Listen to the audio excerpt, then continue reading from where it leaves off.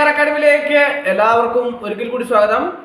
ഇന്ന് 28/1/2026 administrative officer regional മാനേജറുടെ പരീക്ഷ രാവിലെ കഴിഞ്ഞു അല്ലേ. പരീക്ഷ എഴുതിയ ഉദ്യോഗാർത്ഥികൾ ധാരാളം പേർ എന്നെ വിളിക്കുകയുണ്ടായി. അപ്പോൾ അവർ പരീക്ഷ കഴിഞ്ഞപ്പോഴേ വിളിച്ചു, സാറേ അതിനെ സംബന്ധിച്ച് വിശദമായൊരു ക്ലാസ് ചെയ്യാമോ എന്ന് ധാരാളം ഉദ്യോഗാർത്ഥികൾ എന്നോട് ചോദിച്ചു.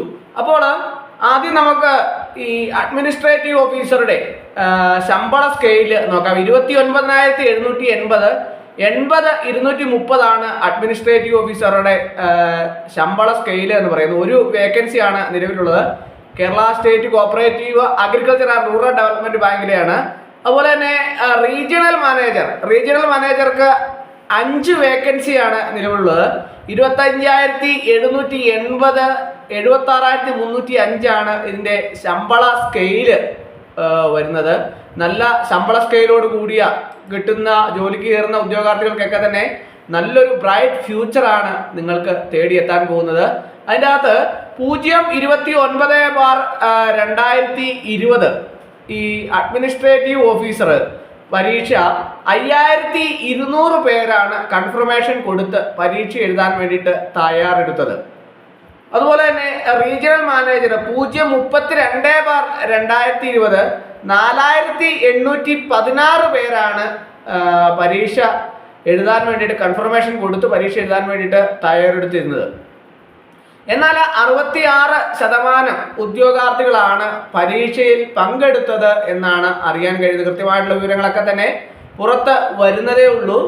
അപ്പോൾ ഇതിൻ്റെ പരീക്ഷയെ സംബന്ധിച്ച് ഒരു വിശദമായ ഒരു അവലോകനം നോക്കുകയാണെങ്കിൽ അഡ്മിനിസ്ട്രേറ്റീവ് ലോ ഭാഗത്തു നിന്നുള്ള ചോദ്യങ്ങളൊക്കെ തന്നെ വളരെ പ്രയാസമുള്ള ചോദ്യങ്ങളായിരുന്നു എന്നുള്ളതാണ് ഉദ്യോഗാർത്ഥികളുടെ ഭാഗത്തു നിന്നുള്ള അഭിപ്രായം. പൊതുവെ നല്ല നിലവാരമുള്ള ചോദ്യങ്ങളാണ് ഉൾപ്പെടുത്തിയിരുന്നത്.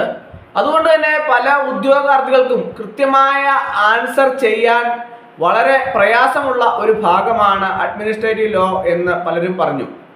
എന്നാൽ മറ്റു ഭാഗങ്ങളൊക്കെ പൊതുവെ ഉദ്യോഗാർത്ഥികളൊക്കെ തന്നെ നിരന്തരമായിട്ട് പരീക്ഷ എഴുതുന്നതുകൊണ്ട് തന്നെ കുഴപ്പം ഇല്ലായിരുന്നു എന്നും, എന്നാൽ പൊതുവെ പരീക്ഷ മൊത്തത്തിൽ വിലയിരുത്തുകയാണെങ്കിൽ നല്ല നിലവാരമുള്ള ചോദ്യങ്ങളാണ് BSCയുടെ ഭാഗത്തു നിന്നുണ്ടായതെന്നും ഉദ്യോഗാർത്ഥികളെ കുഴപ്പിക്കുന്ന രീതിയിലുള്ള ചോദ്യങ്ങൾ ഉണ്ടായിരുന്നുവെന്നും പല ഉദ്യോഗാർത്ഥികളും അഭിപ്രായം രേഖപ്പെടുത്തി.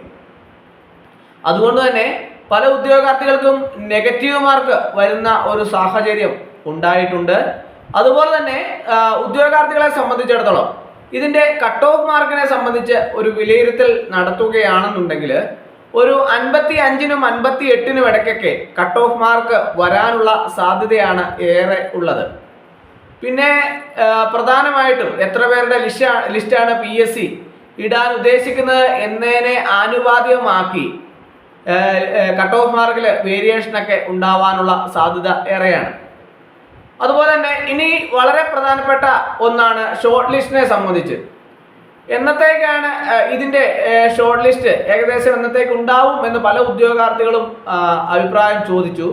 അപ്പോൾ ഇപ്പോൾ PSCയെ സംബന്ധിച്ചിടത്തോളം തുടർ നടപടികളൊക്കെ തന്നെ വളരെ വേഗത്തിൽ പൂർത്തിയാക്കുന്ന ഒരു സാഹചര്യമാണ് നിലവിലുള്ളത്. അതുകൊണ്ട് തന്നെ അധികം വൈകാതെ തന്നെ ഷോർട്ട് ലിസ്റ്റ് ഏകദേശം ഒരു 100-110 ദിവസങ്ങളിലൊക്കെ തന്നെ ഷോർട്ട് ലിസ്റ്റ് പ്രസിദ്ധീകരിക്കാനുള്ള സാധ്യത ഏറെയാണ്. അതുകൊണ്ട് തന്നെ അതിനു വേണ്ടിയിട്ട് ഷോർട്ട് ലിസ്റ്റിൽ വരാൻ സാധ്യതയുള്ള ഉദ്യോഗാർത്ഥികളൊക്കെ തന്നെ തങ്ങളുടെ സർട്ടിഫിക്കറ്റ് അപ്ലോഡ് ചെയ്യാൻ മെസ്സേജ് വരുന്ന സമയത്ത് കൃത്യസമയത്തിനുള്ളിൽ സർട്ടിഫിക്കറ്റുകളൊക്കെ തന്നെ അപ്ലോഡ് ചെയ്യാൻ വേണ്ടിയിട്ട് പ്രത്യേകം ശ്രദ്ധിക്കുക. സംവരണ വിഭാഗങ്ങൾ തങ്ങളുടെ സർട്ടിഫിക്കറ്റുകളൊക്കെ തന്നെ കൃത്യമായിട്ട് വാങ്ങി വെക്കാനുള്ള സർട്ടിഫിക്കറ്റുകളൊക്കെ തന്നെ വാങ്ങി വെക്കുകയും എല്ലാം ചെയ്യേണ്ടതാണ്. അതോടൊപ്പം തന്നെ ഈ ഇക്വലൈസേഷൻ സർട്ടിഫിക്കറ്റ് തുല്യത വച്ച് അപേക്ഷിച്ച ഉദ്യോഗാർത്ഥികളൊക്കെ തന്നെ ആ തുല്യതാ സർട്ടിഫിക്കറ്റുകളൊക്കെ തന്നെ കൃത്യമായിട്ട് ഹാജരാക്കാൻ വേണ്ടിയിട്ട് പ്രത്യേകം ശ്രദ്ധിക്കേണ്ടതാണ്. അതിനു വേണ്ടിയിട്ട് സർട്ടിഫിക്കറ്റുകളൊക്കെ തന്നെ കൃത്യമായിട്ട് വാങ്ങി വെക്കേണ്ടതാണ്.